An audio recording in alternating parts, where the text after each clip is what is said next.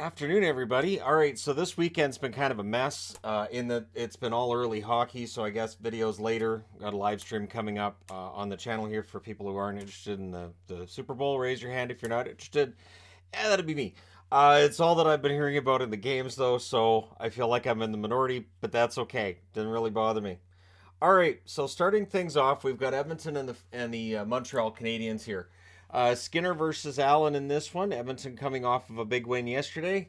Wasn't in the cards today. Montreal played an absolutely fantastic game, and as a Canuck fan, cool. All right, so because now they're 2 points ahead of Vancouver, so Vancouver's now six from the bottom of the league. All right, good back and forth early this one. Early in this one, there's a weird bounce then off of the boards that almost fools Skinner. Shots are 2-0 Montreal. 4 minutes in, the Habs would draw a power play.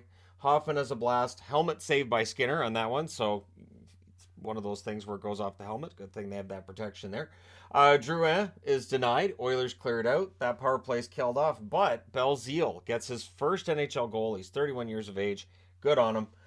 Buries a rebound for that one. Pizzetta and Ylonen with the assist at Ullinen. I'm getting used to saying Ullinen. It doesn't sound right. I'm used to Ylonen. Ullinen, 8-14. I will do my best, I promise. But it makes it 1-0 for Montreal. Habs press for another. The Oilers get a power play. There's a shorthanded rush by Suzuki. That's defended. They do kill that off. Habs press for another. The Oilers, though, they get a power play. There's a shorthanded rush. Oh, no, I already got that part.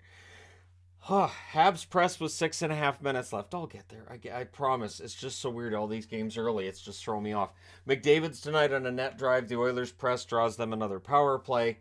Draisaitl blasts one wide. That's killed off. I think the most entertaining thing of this game was every time Edmonton got a power play, Mike Johnson being like, "This is it. Montreal can't do this," and they kind of got away with it. They kind of could do it today.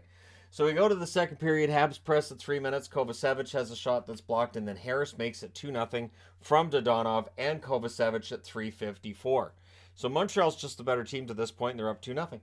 And that was from a sharp angle after a long press. There's a power play then for the Habs. Anderson has a shot that's held. His next would not be. He scores, buries a rebound. Dodonov and Drouin with the assists at 8:23. So for Dodonov, a couple helpers to this point. He will be available at the deadline. We'll see if anybody picks him up.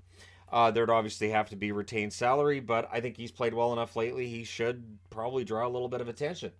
Desharnais versus Jack-Eye takes place as emotions are rising. There's a lot of guys in the box. Jack-Eye would actually exit. I think he hurt his hand in that one, so we'll see what's going on with that. The Oilers come out with a power play. McDavid fires one high. Bouchard's denied. Beast mode McDavid is then denied, but towards the end of it, Draisaitl scores from Hyman and Bouchard at 12:24. Now, there was a delayed penalty on this play, and after Draisaitl scores, we get a bunch of punching because why not celebrate with some punching? So the Oilers go back to that power play and then becomes a minute and 28 seconds of 5-on-3. So they're down 3-1. This is a key moment in the game. Draisaitl's denied during the 5-on-3. It's all killed off, technically. 5 seconds after it ends, Kane scores from Nurse and Bouchard at 14:59. So suddenly it's 3-2. But with 2:26 left, the Habs get a power play and they score on it. It's Harvey Pinard. He's been doing well lately. Scores from Matheson and Suzuki at 18:41. That makes the score 4-2 for Montreal after 2 periods. Third period, Matheson fires one wide. At 2:58, Harris gets the second goal of the game. He scores from Armia and Drouin. He fired it far side on what was basically a net drive, and that's one Skinner would probably want back. Anderson nearly adds another. McDavid's denied. We get some shoving after that. The Oilers, they get a power play, and during that, it's a shorthanded goal for Montreal. It's Dvorak from Doc at 9:12. So for Christian Dvorak, that's his 200th NHL point. And then the Habs finish the kill, and they end up winning this one 6-2. It's a laugher. They go to 22-27-4 with the win. Oilers 30-19-5. They committed today hoping to maybe jump into first. That was not in the cards. Shots in this one, 14-8. Montreal in the first, 13 apiece in the second, 10-3. Edmonton in the third. Final shots, 31-30 for Edmonton. Power plays, Edmonton 1 for 6, Montreal 2 for 3. Both teams had 9 hits in this game. Skinner saves 24 out of 30, and Allen saved 29 out of 31. Lost in all this, Jake Allen had a pretty good game. Skinner, not as much. So is there a goalie controversy in Edmonton? Is it on the way? When does that start brewing? Because we're, coming up to the deadline. Why not have some more goalie controversies as a result? All right, next up, Seattle in against Philadelphia. So it's Grubauer versus Sandstrom. This was the most defensive battle of the day. Early power play for Seattle. They cycle. Seattle or early power play for Philly. I wrote that up there wrong. They cycle. Seattle blocks, and then Tippett scores on the power play from Van Riemsdyk and Lawton at 2 minutes and 11 seconds, and he buries a rebound there to put Philadelphia up 1-0. Flyers then look for another. Seattle goes back to the box at 3:27, so penalty trouble early, but not beyond that. That was killed off. No shots. The Kraken rush. They press at 7.5 minutes. They get their first shots on net there. Yanni Gourde has a shot that's held. We get some pushing after that. Sealer has a shot tipped wide as the Flyers press. Eberle had a chance. It was held on a 3-on-2. And then Eberle would get his first in, I think it's 13 games. He scores from McCann. It was a 2-on-1, and he buries a one-timer at 12:53 to tie the game. Seattle then presses for the lead. They have some momentum, and eventually they do get that lead. It's Tolvanen from Bjorkstrand at 17:01. He wires it top shelf on a turnover by Philadelphia. Seattle presses for another. They have some momentum, and coming out of the first period, they're up 2-1, playing quite well. Second period, early press by the Flyers. Bjorkstrand fires one wide as Seattle pushes back. Sprong has a net feed that's picked off, and then it ends up in the back of Seattle's net. Van Riemsdyk bats one out of the air on a rush from Tippett and Frost at 3:33. So Tippett with a goal and an assist, and it's a 2-2 tie. Flyers then look for the lead. Dunn with a wrister. That was saved and held. McCann with a near miss as the Kraken press. Delorier was denied on a 2-on-1 rush for Philadelphia. More pressure by the Kraken at the half. Alexiak fires one high. The Flyers clear it out.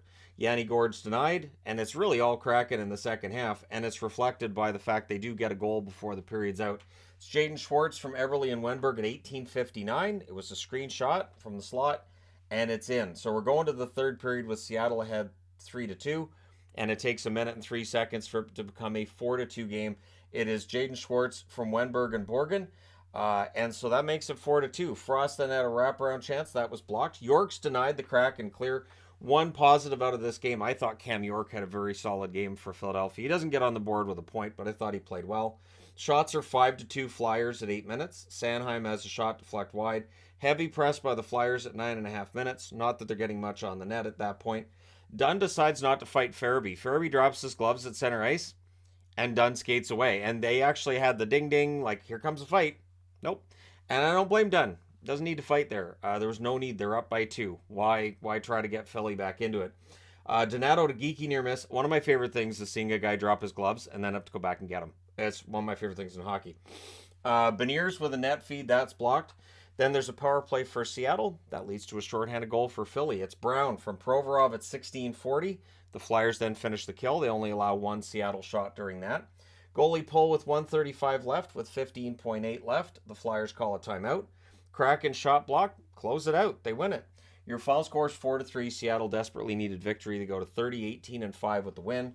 For Philadelphia, 22-23-10 with the loss. So Seattle with the win combined with Edmonton's loss, they jump past them in the standings as they've played one less game and they've got the same number of points. Shots in this one, 11-4 Seattle in the first, 7-6 Seattle in the second, 8-3 Philly in the third. The shots were only 21-18 for Seattle. Power plays, the Kraken 0-1, Philadelphia 1-2. The hits, 36-29 for Philadelphia. Grubauer, 15 saves on 18 shots. Sandstrom, 17 saves on 21 shots. So not fantastic goaltending numbers in this one. Seattle doesn't care. They get the win. All right. Next up, San Jose and Washington. You know, I sort of said in the preview, and I chickened out. Washington beats Boston yesterday in Boston, and then they come home. And it's 2 games in 24 hours. And this just felt like it could end up being the result, but again, I chickened out. So, Kakinen versus Lindgren in this one. Early press by the Sharks. The Caps press back at 2.5 minutes. Lindblom blocks, and then on their first shot and on a rush, it's Svechnikov opening the scoring for San Jose from Gadjevich and Carlson at 2:54 as Erik Karlsson continues to rack up the points. And yeah, it's to the point now where Erik Karlsson's racked up so many points. He's going to win the Norris, and I think we just have to make peace with it. Even those who might think he doesn't play defense well enough to win the Norris, he's going to win the Norris. I don't see any way he doesn't. Caps get a power play. Ovechkin fires one high. The Sharks cleared out. It's killed off, no shots. I think the Capitals' power play, entirely too predictable. It's been a struggle for the Capitals to get goals lately, and I'm not sure how they're going to manufacture those. It just doesn't feel like this team has it right now.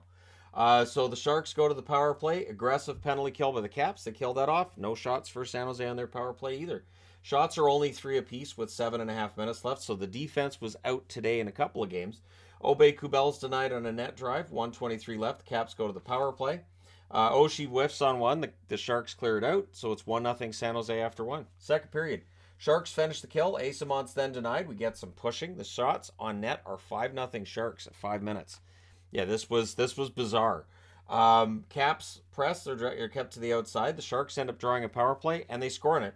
It's Barabanov from Hurdle and Carlson at 9:04. So there's Erik Karlsson again. It's a tip in by Barabanov in front of the net. San Jose's up 2-0 in Washington. Lindgren poke checks Sturm on a net drive. Nico Sturm was all around it today too, and I was surprised he didn't end up getting a goal today. Caps having turnover issues.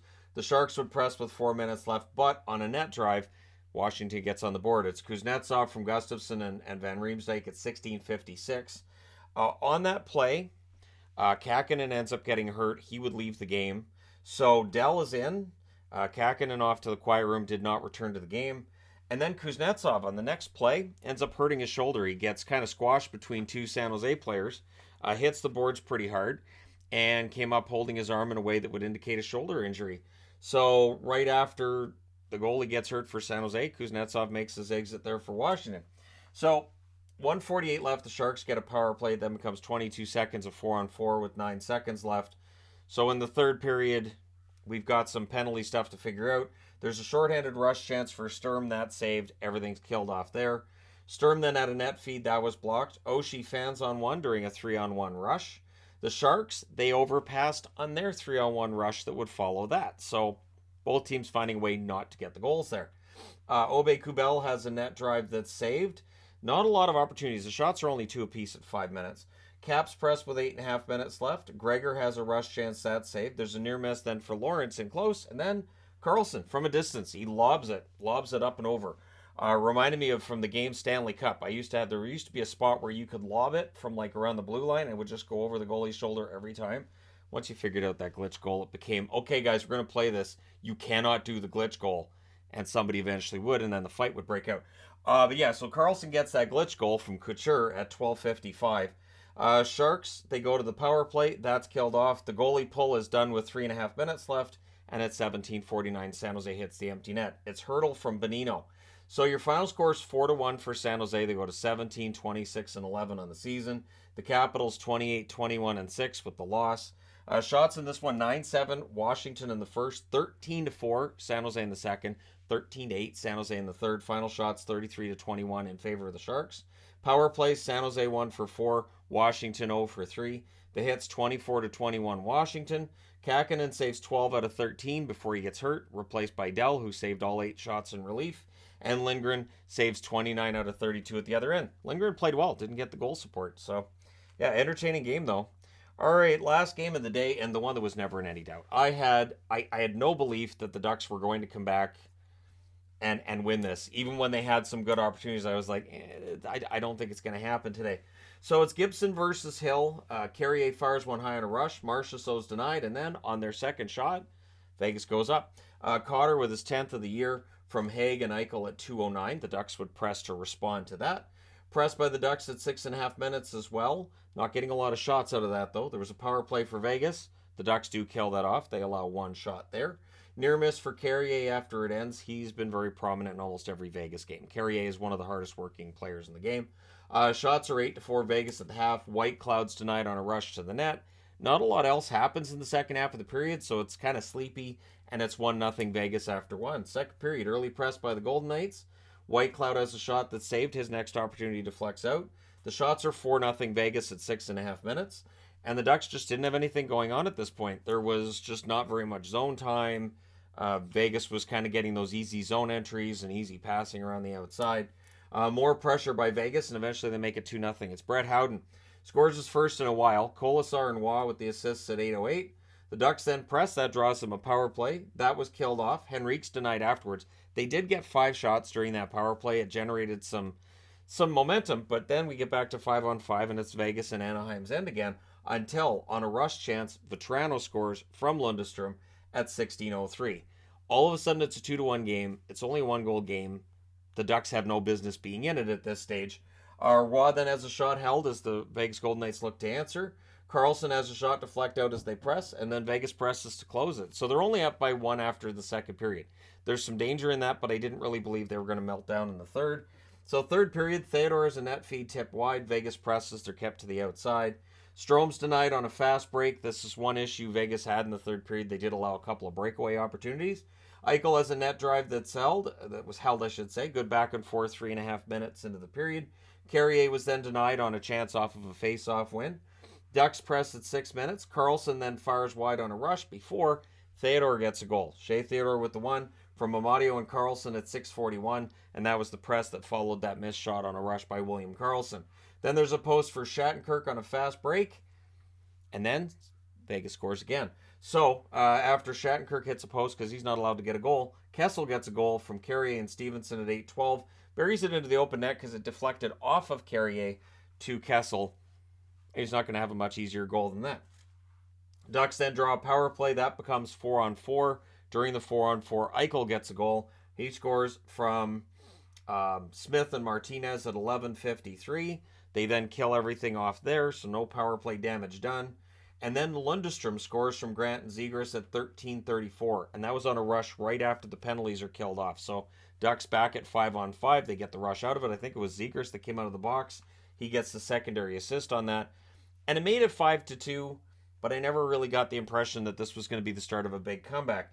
And it didn't help either that less than a minute later, Vegas answers. It's Amadio from Smith and Karlsson. Really lousy defense by the Ducks on this one. Really, honestly, in that third period, that defense by the Ducks, the effort, the positioning, however you want to look at it, not great. It reminds me of the video I did a couple months ago on the worst defense in the National Hockey League, and that it just settled on Anaheim, and it's still there. The worst defense in the league is still Anaheim. And then, just to make sure that the no mercy magnet gets up there, they allow the 7th goal. That one's Carrier from Stevenson and Kessel at 15:43. So Will Carrier, really prominent on the board here, just a fight away from the Gordie Howe hat trick. With 30.6 seconds left, the Ducks get a power play. That just closes it out. Your final score is 7-2. With the loss, the Ducks are 17-31-6 on the season. With the victory, Vegas 32-18-4. So Vegas starting to get some wins. I understand against the Ducks that's expected, but they've solidified their spot in first place in the division with this result combined with the result for the Oilers. So we'll see how long that continues, but for today, Vegas is still first in the division. Shots in this one, 12-5 Vegas in the first, 11-9 Vegas in the second, 16-11 for the Golden Knights in the third. Final shots, 39-25 for Vegas, as Anaheim is allowing shots at a rate that no team has over the last 40 years, which includes the expansion Washington Capitals, who were defensively one of the worst teams in history. So, power plays, Anaheim 0-for-3, Vegas 0-for-2. The hits were 20-16 in favor of Vegas. Gibson saves 32 out of 39. Hill saves 23 out of 25. And lost in all this, Aiden Hill had a pretty good game. So there you go. Let me know your thoughts in the comments section below, as always. Don't forget to hit like and subscribe if you're browsing your way. I almost dropped it. If you're browsing your way through, you just happened upon this video. Thank you guys so much for watching, for all your support. I will talk to you again soon.